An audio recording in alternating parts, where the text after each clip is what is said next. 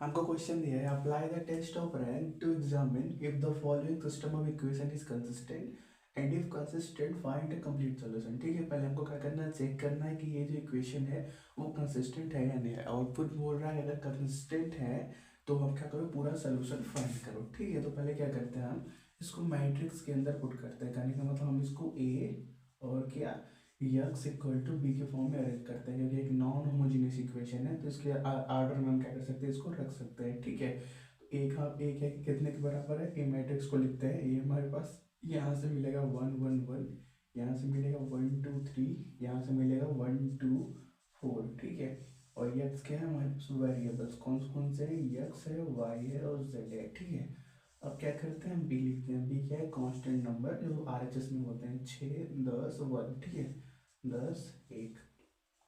अब क्या करते हैं, पहले हम क्या करते हैं, आर्गुमेंटेड मैट्रिक्स निकालते हैं, क्योंकि देखो हमको कंसिस्टेंट प्रूफ करना है तो हमको देखो ए का रैंक और आर्गुमेंटेड मैट्रिक्स का रैंक इक्वल बताना पड़ेगा। ठीक है, दिखाना पड़ेगा। तो पहले क्या करते हैं, आर्गुमेंटेड मैट्रिक्स, इसको हम ऐसे ए ऐसे बी से ही नोट करते हैं, इसका हम क्या करते हैं, रैंक निकालते हैं। ठीक है, तो ये किसके बराबर होगा, ये आपका ए मैट्रिक्स 1 1 1 1 2 3 1 2 4 और क्या साथ में बी मैट्रिक्स के बराबर होगा। तो ये देखो आपका कोलोन का साइन है। ठीक है, जो कंप्यूटर में आप यूज करते हो वही वाला, 6 10 1। ठीक है, क्या करते हैं, इसको हम पहले चेंज करते हैं। तो पहले क्या करते हैं, हम रो वन में चेंज नहीं करना, हम रो 2 और रो 3 में चेंज करते हैं। ठीक है, इन नीचे वालों को जीरो बनाना चाहते हैं तो हम क्या करते हैं, पहला ऑपरेशन रो 2 को रो 2 माइनस रो 1 करते हैं, और जो आपका रो 3 है उसको भी रो 3 माइनस रो 1 करते हैं। ठीक है, देखो हमको क्या मिलेगा, पहले यहाँ चलो नया एक बना लेते हैं। ठीक है, तो पहले में चेंज नहीं होने वाला है तो 1 1 1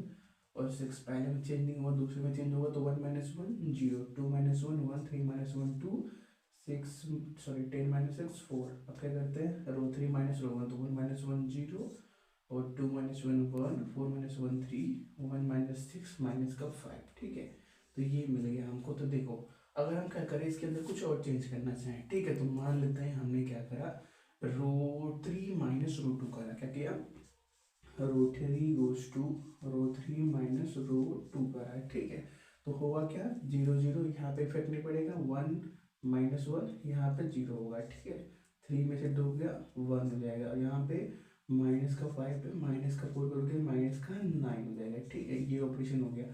अब इसके बाद आप कोई ऑपरेशन नहीं लगा सकते, क्योंकि देखो यहाँ पे 2 जीरो है। अगर आप इस थर्ड रो का पहले के साथ ऑपरेशन करते हो तो ये नॉन जीरो बन जाएंगे, थर्ड रो का सेकंड के साथ ऑपरेशन करते हो तो यहाँ पे फर्क नहीं पड़ेगा, लेकिन यहाँ पे देखो ये नॉन जीरो बन जाएगा। कुछ भी करोगे तो यहाँ पे क्या हो जाएगा, जीरो हो जाएगा। लेकिन हम काम को क्या करना है, जीरो बनाना है, हटाना नहीं है। ठीक है, देखो हम क्या बोलते हैं, यही पे रोक देते हैं। ठीक है, तो हम क्या करते हैं, इचेलियन फॉर्म के बारे में बात करते हैं। तो इचेलियन फॉर्म क्या बोलता है, किसी भी मैट्रिक्स के अंदर जितने भी नंबर ऑफ नॉन जीरो रो होते हैं वही क्या होता है, उस मैट्रिक्स का रैंक होता है। तो नंबर ऑफ नॉन जीरो रो कितने हैं, 1 2 3। देखो यहाँ पे एक नंबर बच रहा है, यहाँ पे भी एक नंबर बच रहा है। कहने का मतलब ये पूरा रो जीरो नहीं हुआ है, अभी भी इस पूरे रो के अंदर कुछ नंबर नॉन जीरो है। ठीक है, तो हमारे पास नंबर ऑफ नॉन जीरो रो कितने हैं, हमारे पास 3 है। तो इस आर्गुमेंटेड मैट्रिक्स का रैंक कितना मिल गया, रैंक को हम सिंपल ऐसे रो से डिनोट करते हैं। ठीक है, इसका रैंक मिल गया हमको 3। ठीक है, देखो ये जो हमने 1 2 और 3 ऑपरेशन किया है ना, ये इस सेम ऑपरेशन लगाओगे ए मैट्रिक्स के ऊपर। ठीक है, इसको हटाने, इसको यहाँ तक होने के बाद फिर आप क्या करोगे, ए मैट्रिक्स लिखोगे। ए मैट्रिक्स क्या था हमारे पास, ये था 1 1 1 1 2 3 1 2 4। ठीक है, तो देखो यही 1 2 तीनों ऑपरेशन क्या करोगे, इस पे लगाओगे। ठीक है, तो देखो होगा क्या, आप इतने क्वेश्चन को देखो, यही क्या है हमारे पास, ए मैट्रिक्स का है ना।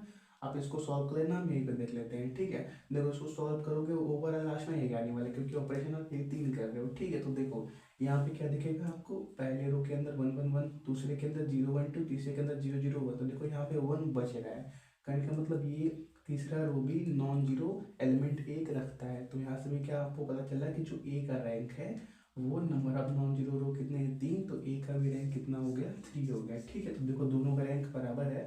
तो ये बात प्रूफ हो गया कि यदि हमारा जो इक्वेशन है वो कैसा है, कंसिस्टेंट है। ठीक है, तो इस बात को अब लिखना पड़ेगा कि क्या लिखेंगे हम, सिंस रैंक लिख लेना, अगर छूट गया हो तो वो ऑपरेशन लिख लेना। ठीक है, तो आप क्या लिखोगे, सिंस जो आपका रैंक ऑफ आर्गुमेंटेड मैट्रिक्स है, इसको हम ऐसे डिनोट कर रहे हैं, वो बराबर है रैंक ऑफ ए के। तो हम क्या बोलेंगे, जो हमारे पास इक्वेशन है वो कैसा है, कंसिस्टेंट है, लिख देना है द इक्वेशन इज कंसिस्टेंट।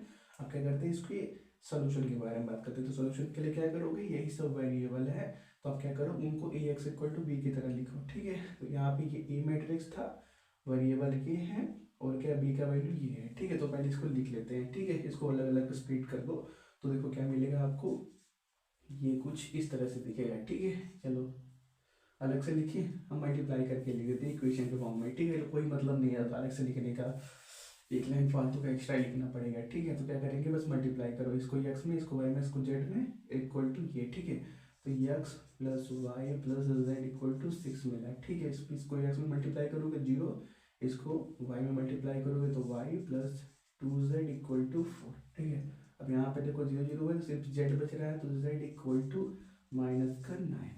देखो जेड का वैल्यू तो अपने यहाँ पे दिख गया कि जेड का वैल्यू -9 है, बस क्या करो, जेड का वैल्यू यहाँ पे रख दो, तो आपको y का वैल्यू मिलेगा, ठीक है। तो y का वैल्यू कितना मिलेगा, y प्लस 2, जेड का वैल्यू -9, तो कितना हो गया, -18 इक्वल टू 4 हो गया। तो कितना हो गया, y का वैल्यू 22 मिल गया, ठीक है।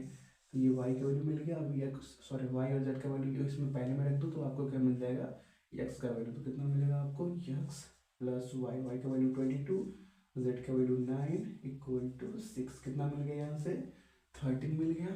तो 13 उधर जाएगा, -13 हो जाएगा, कितना मिल जाएगा आपको, सिंपली x का वैल्यू -7, ठीक है। तो चेक कर लिया जाए, x का वैल्यू -7, हाँ ठीक है, z का वैल्यू -9 और y का वैल्यू 22, ठीक है। तो मिल गया हमको ये कंप्लीट उसका सोल्यूशन, ठीक है, नोट करो।